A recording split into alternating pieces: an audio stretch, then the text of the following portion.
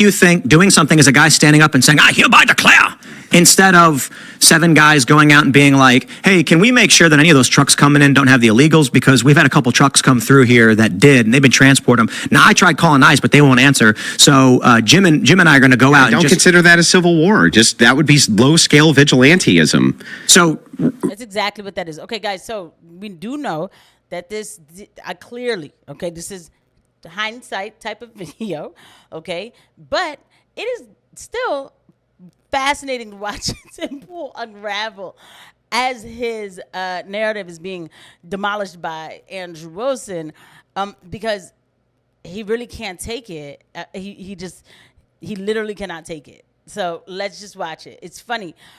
Let's just watch it. Right. And what precipitates civil war? It would have to be some large segment of the population, that 5% or higher, who are doing some type of sedition or considerable treason, what would be considered considerable treason to the United States government. That would be, that is what I would consider to be some type of actionable civil warfare. Just 5%? Yeah, 10%. What is it, 60%? 60%? No, it's like 70% of the Republicans think that the Democrats have already committed sedition. Yeah, I'm sure that they do. Right, but so they're not acting in a way as though they have. I think that's the problem, right? If you think that somebody has truly acted in a way as to be a traitor, right? What do you do to traitors? Sedition and treason are two different things. Yeah, I know. But if you were to say that you think a person's acting in such a way that they're a traitor, what do you do to traitors? Last I checked, they get hung, right? But treason and sedition are not the same thing. Yeah, I know. But the point of my hypothetical is to say they're not acting in such a way as though these people, while they say you're seditious or they say you're treasonous, whichever one, they're not acting as though they are. They might say it, but they're not acting like it. It's not really hard to understand what Andrew was saying. It's just that Tim Pool, I'm sorry, it's getting late. Tim Pool is looking at him like, I have built my empire around civil war, and you are not going to come here and take that from me. It's not hard to understand. What he's saying is, okay, if Republicans think that Democrats are acting in a way that's seditious, they think it, but it's right here. But it's not like they are now they are coming and responding to it in a way to at least call them out on it, to say, okay, now we're at two sides, even if we're not fighting with swords and whatever, type of like muskets, right? But we still are now actually fighting in a way that's saying that we are on one side and another person on another side. There's no actionable thing that's happening here. There's no actionable result here, right? It's in my mind that I feel like that. That is not civil war. I get it.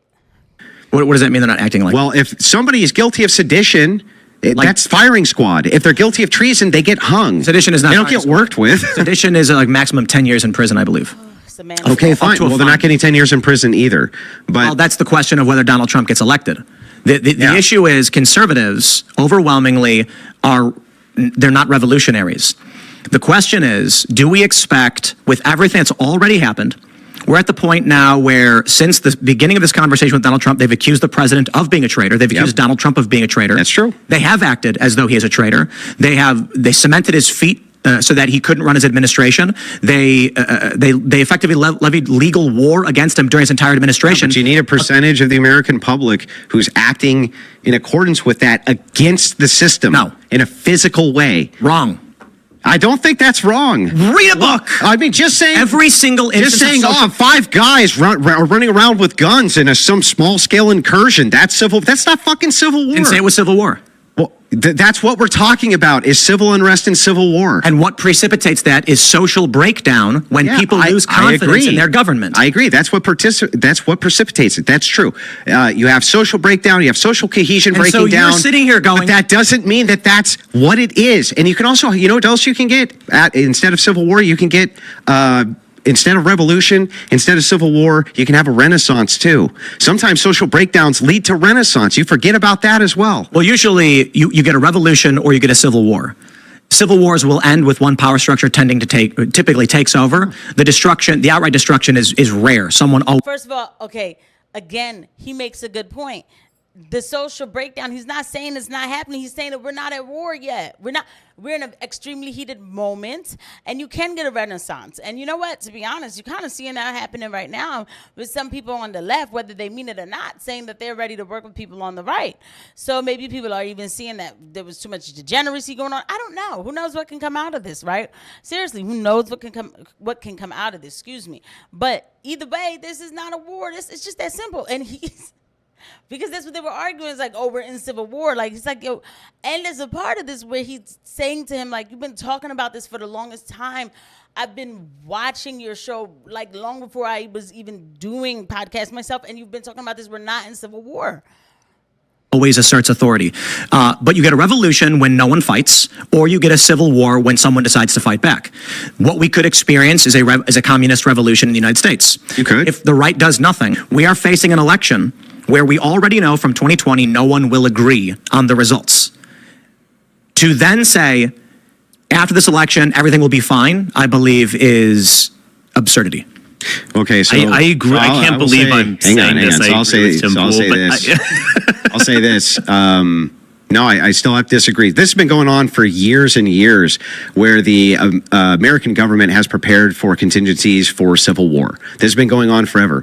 And to be honest with you, Tim, you've been talking about the Civil War since long before I even got into online politics. I was listening to you talk about, hey, this is right around the corner. It's coming soon to a theater near you. The stage is set. We're very close to it.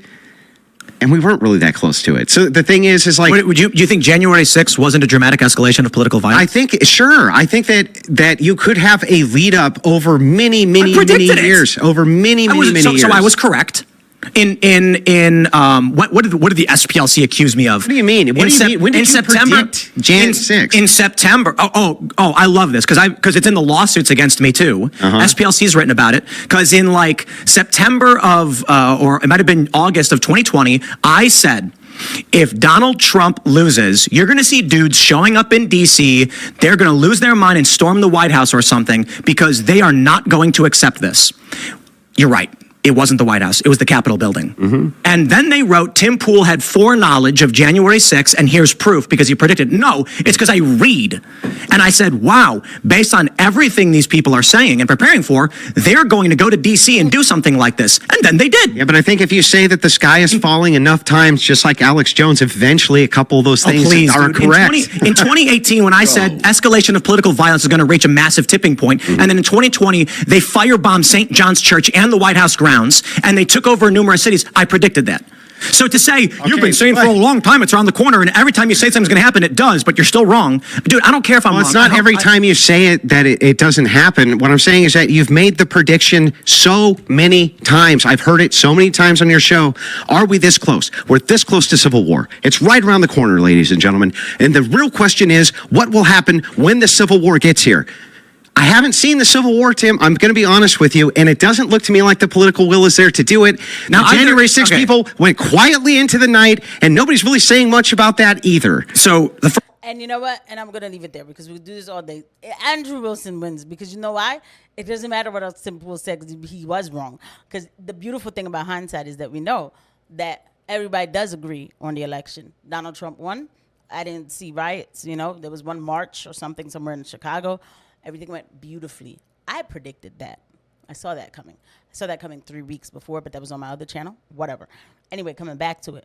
So like I said, you know what I mean? Or maybe it was on this channel. I don't know.